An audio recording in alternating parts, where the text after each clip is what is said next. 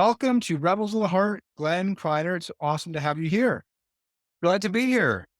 Amazing. Well, I'm eager to jump into the conversation. Obviously, I'm very impressed with the work that you are doing. I had a chance to meet at the SHRM Visionary Summit a couple months ago now. Hard to believe that. Yeah, And hear a bit about the work that you're doing around mental health and your Stop the Stigma project. So we're going to come into that in just a moment. But before we do that, I would love for you just to share a little bit about, you know, who you are and your journey into being a rebel with a heart. sure. That sounds great. Yeah. So I'm a professor at the University of Utah, the David Eccles School of Business. I teach management and leadership. On the personal side, I'm married, have three wonderful kids.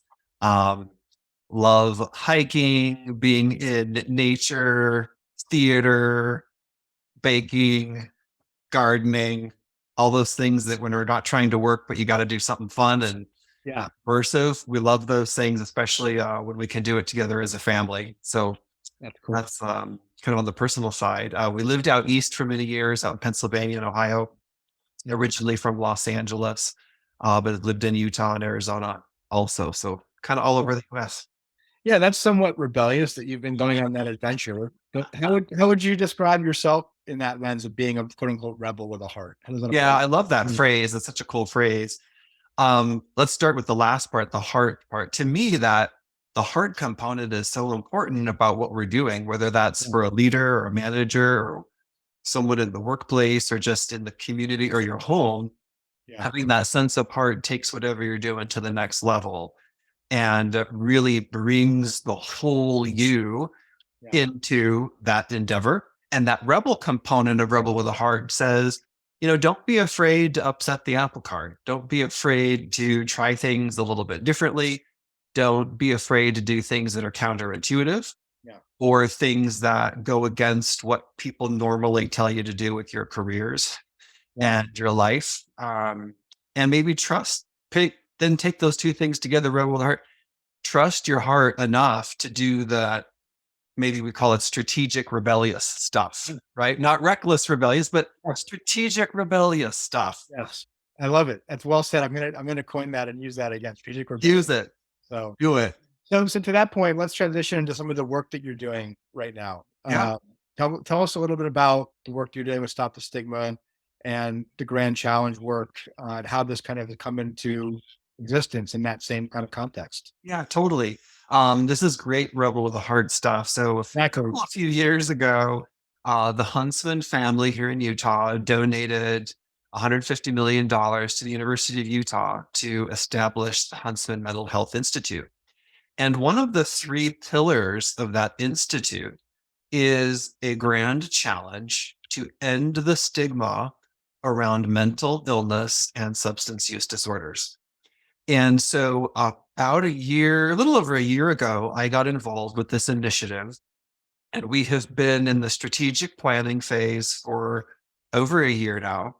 And we've just started with a couple of big events recently to kind of bring people in. And a grand challenge is something that is so big, so complicated that one organization or one industry or one occupation can't, solve the problem. Yeah. And if you think about the stigma in the United States around mental health issues, the grand challenge is let's work together, all kinds of entities. So, American Psychiatric Association, American Psychological Association, Ad Council, all kinds of different organizations, workplaces, Society for Human Resource Management. We've got now over 100 organizations and associations that are on board. And we're all trying to work together to stop the stigma and self shame around mental illness. Mm. And I'm curious if you know the answer to this. Why was this so important, and why did this reach that level of focus and investment by the Huntsman family that they prioritize this of all the causes they could work on? Yeah. Have this. Yeah. This is something that has touched their family in terms of mental illness, mental health issues, death by suicide. They have seen up close and personal the Yeah, effects of mental health issues on their family. And the more that they dug into it, realized that this touches everyone, that yeah, every home in America, every workplace in America, somehow is dealing with or experiencing mental health issues. And yet, as a society, we don't talk about it enough. It's still too stigmatized. And so they want to do with their generation of huntsmen's, what the previous generation did for cancer. Like, let's talk about cancer. Let's do research on cancer. Let's, fight that battle and win it. And so they're really committed to doing that. Hence this grand challenge where Yeah. we're partnering with all these organizations. So that's what I was going to ask the next question. So how is that coming into form, the grand challenge, and what kind of specific ideas or projects or progress has been made even so Yeah. far? Yeah, that's great. So in the spring, we did what's called a design studio. We Yeah. brought about 75 leaders from across the country here to Utah in designing what the scope and scale and some of the initial strategy should be. And then in October, we had the big summit that you're a part of here in Utah as well. About a couple hundred leaders across the US coming to that. And we've had from the beginning several working groups that are targeted toward the main components of it. So, for example, we have a metrics group that will be measuring the stigma in society, but also measuring the progress of the grand challenge. We have an EDI working group to make sure that all pockets of society are included in the grand challenge, that nobody is left out. We have a financial strategies working group to help raise money for the effort. And then we also have planning groups whenever we do a summit or major initiative. We're also now rolling out in these next couple of months what we call interest groups. So, interest groups are gathering people from across the country that are each focused on some particular issue. So, for example, I'll be helping to lead a workplaces working group where we'll be looking at how mental health issues manifest in the workplace. So, Yeah. what do leaders and managers need to be doing regarding destigmatizing mental health? How can we look at policies? How can we look at the language that we use as leaders? How can we look at what HR professionals are doing? So we'll have eventually dozens of these interest groups, some focused on context like a workplace, others will be focused on specific mental health issues or specific pockets of society. So as we roll out these interest groups, then this is where the rubber hits the road, right? Where we have the ground game, where we're really understanding what the problems are. And we'll be designing toolkits Yeah. that managers and leaders could use, that church and faith leaders could use, that youth advisors could use, that schools could use, Yeah. and sort of cross pollinating ideas across groups. Awesome. Well, as you know, we're huge advocates of this work at LifeGuides, and personally, this is a huge focus area of what we're doing. Back to that individual contribution and your career and your work. How did you kind of find yourself in this role? How did you kind of become a part of the creation and design of this project and the leadership role that you're playing? Yeah, it's a very interesting path. So, in my research, I've been studying stigma for over 20 years, and I've been studying identity for over 20 years as a business school professor. And a little over a year ago, the president of our university reached out because the folks over at Huntsman Center were looking for someone who could help advise the Grand Challenge from a business school lens. Yeah. But then it was sort of fortuitous, so to speak, that I had this background in stigma and identity. So I've been able to work with these amazing people, not just at the Huntsman Institute, but across the US, these thought leaders and action leaders across the US. So a lot of it was serendipitous. Yeah. A lot of it was being known by the right people, and then also kind of having that background in stigma and identity research, so that I can, hopefully, as we go through this, add value from that research lens. Yeah. Thank you for that. And out of curiosity, how did you, I mean, 20 years of stigma research, identity research, that's fascinating. How did you begin your process of studying that? What was the inspiration for you to begin that work as part of your focus in your career? Yeah, back when I was a doctoral student, and it's kind of scary to think that was over 20 years ago, actually. When I was a doctoral student, when I first met with my advisor, Blake Ashforth, he and I sat down and we were looking for areas of common interest. And I was really interested in studying people that we don't normally study in business schools, Yeah. contract workers, contingent workers, people who are stigmatized that normally don't get our attention and yet make the world move. And he had been interested for a long time in studying dirty work jobs. So jobs that were physically or morally or socially tainted somehow. So that was a nice overlap in our interests. So that kind of kicked off what ended up being a long-term research agenda on how stigma shows up in the workplace. So whether that's a job that's stigmatized, like because of what you do, or whether you're a person who is stigmatized, maybe because of mental illness or a disability, you yourself are stigmatized at work.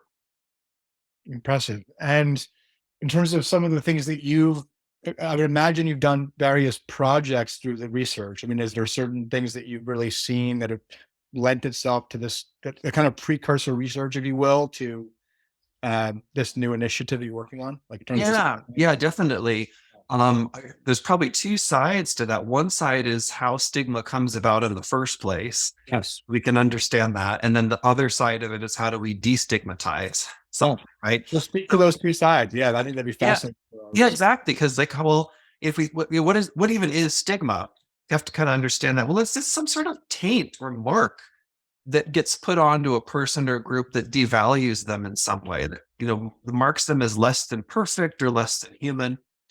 And so when you think about how stigma comes about, sometimes it's because we feel threatened by a person or an organization or a group because somehow they're tainted, right? They're physically tainted or morally tainted, or they hang out with the wrong crowd. In terms of mental health, we often stigmatize people because we don't understand the nature of mental health, or we're scared of what someone might do. And so when we think about that stigmatizing process, we see that oftentimes mental illness is over attributed for things like violent behavior. Right? Yeah. Something violent happens in the news, and the reporter says, "Oh, was there a mental health issue?" Well, the vast majority of the time, there's not. There's the kind of narrative that we carry in our minds that create and then perpetuate a stigma. So then, on the other half of that equation, how do we destigmatize? Well, we talk about normalization, which really is just making something normal. And I think during COVID, we saw the normalization of mental health issues come to a new level because so many were affected by anxiety and depression and loneliness that it really catapulted our national discourse around mental health in a way that we hadn't seen before. And so just being able to talk about it, to say, okay, I have experienced depression, I've experienced anxiety, I've experienced seasonal affective disorder. Just be able to have that conversation with family members, with coworkers, or as a leader, to be Yeah. able to say, here are mental health issues that I've experienced or that I've had in my family. That normalizes the conversation and brings it out of the shadows into, okay, well, let's talk about that. How does that show up for you at work? What can we do about Yeah. that to help you? So to that point, I know you've spoken and teach quite a bit around mindfulness practice at work. To your point, circles and helping to surface some of these topics. Can you give some specific examples of the things that you're either applying in your family life or in your work life, and how you've seen this kind of show up over the last couple of years in particular, as you were Yeah, just. totally. Yeah. I'm a big fan of the mindfulness practices. A friend of mine introduced me to them about a decade ago. And then I met someone who now has become a co author, and we've done some really cool work together in this space where we've interviewed leaders in organizations who practice mindfulness. And we talk to them about how they bring that mindfulness into the workplace, which I think is super cool because Yeah. so often we think of mindfulness, well, you kind of do that on your own. You go meditate, or you keep I'm a gonna say, journal. yeah, you can just define it. What is it in the sense of, yeah, exactly. Keep going. Yeah. Yeah. So like mindfulness, we think it's mostly about present moment awareness. Is our mind in the present moment, or are we hanging on to something that happened earlier? You walk out of a contentious meeting and you have that contentious sort of spirit around you for hours or days. Or are you anxious about something that's coming down the pike, right? Oh, no, I got to run to the store to get stuff for dinner for my family, or oh, what am I going to do with this coworker who's been bothering me? Mindfulness is about bringing our attention to the present moment. What's our body experiencing? What is our mind thinking? What is our heart and soul telling us to in this moment? And so the more that we can do that and bring our attention to the present moment, the better we're able to experience life, and the better able we are to do things that great leaders should be doing, like listen attentively, think creatively, slowing down decision-making processes so that they're healthy rather than dysfunctional. And so we see with these mindfulness practices that leaders become more effective, Yeah. their subordinates become more effective, team meetings go better, they're more creative. And so we want to infuse that sense of mindfulness that we can gain into the workplace and not just sort of like, yeah, I'm more mindful, lucky me, but hey, I can help our workplace be more mindful because of what I do. So how are you in that same context, how are you teaching that to leaders, to students? How are they applying that? Right? Mhm. That's something that's a really yeah. Yeah, it's great. Like with my MBA students, we have a day on mindfulness Okay. specifically devoted to mindfulness, and we sprinkle it out throughout the course too. But on that day, we do like a mindfulness 101. What are we talking about? And we do some breathing exercises and some meditations to give them a sample of what that's like. Yeah. And then we give them specific strategies that they can use privately and specific strategies they could use in the workplace. So, like a private example would be a meditation or a Yeah. body scan or a breathing exercise or keeping a journal around your thoughts, around emotions. Yeah. Publicly, we talk about how even starting a meeting with 1 or 2 minutes of quiet, of Mhm. just like, hey, everyone, welcome to the meeting. We've all come from different things. Maybe you were, 2 seconds ago, you were in another Zoom room and now you're here. Let's just take a couple of minutes to do some breathing, get our minds focused on the present moment. That's a simple strategy they can do. We also talk about approaching things with a beginner's mind. Mhm. Beginner's mind is this notion that we use in mindfulness that instead of being a know it all, right? You're like, oh, I've run a team meeting 1,000 times, or I've interviewed someone for a job 1,000 times. Instead of pretending that we're know it all, imagine we were doing something for the first time and say, okay, imagine I've never run a team meeting before, or imagine I've never given an employee feedback.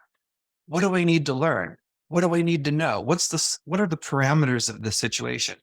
And pretending that we don't know stuff actually ends up unlocking all kinds of creativity. Yeah. You have to slow down and purposefully have that beginner's mindset.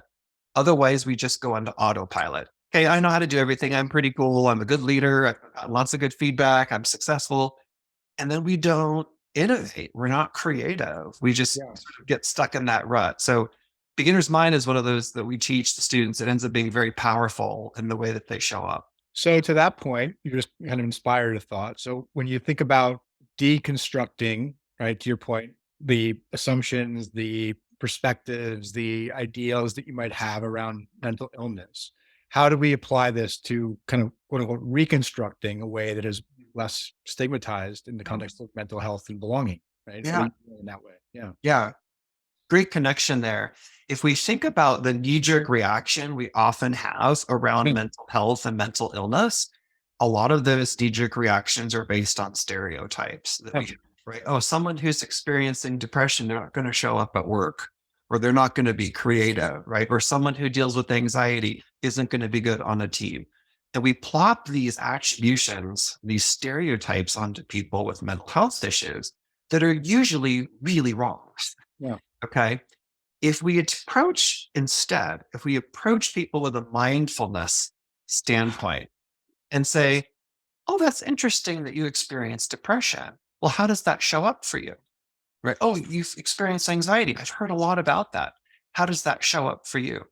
And now we're asking questions and we're in more of what we call an inquiry mode, Yeah. right? Asking questions, move beyond the labels, move beyond the stereotypes, and pretend we don't know everything because you know what? We don't actually know everything. So it turns out it's pretty easy to pretend we don't know everything because it's true, right? So if we have that beginner's mind around people that we're interacting with, or even around our preconceptions around what mental illness means or what specific mental illnesses are.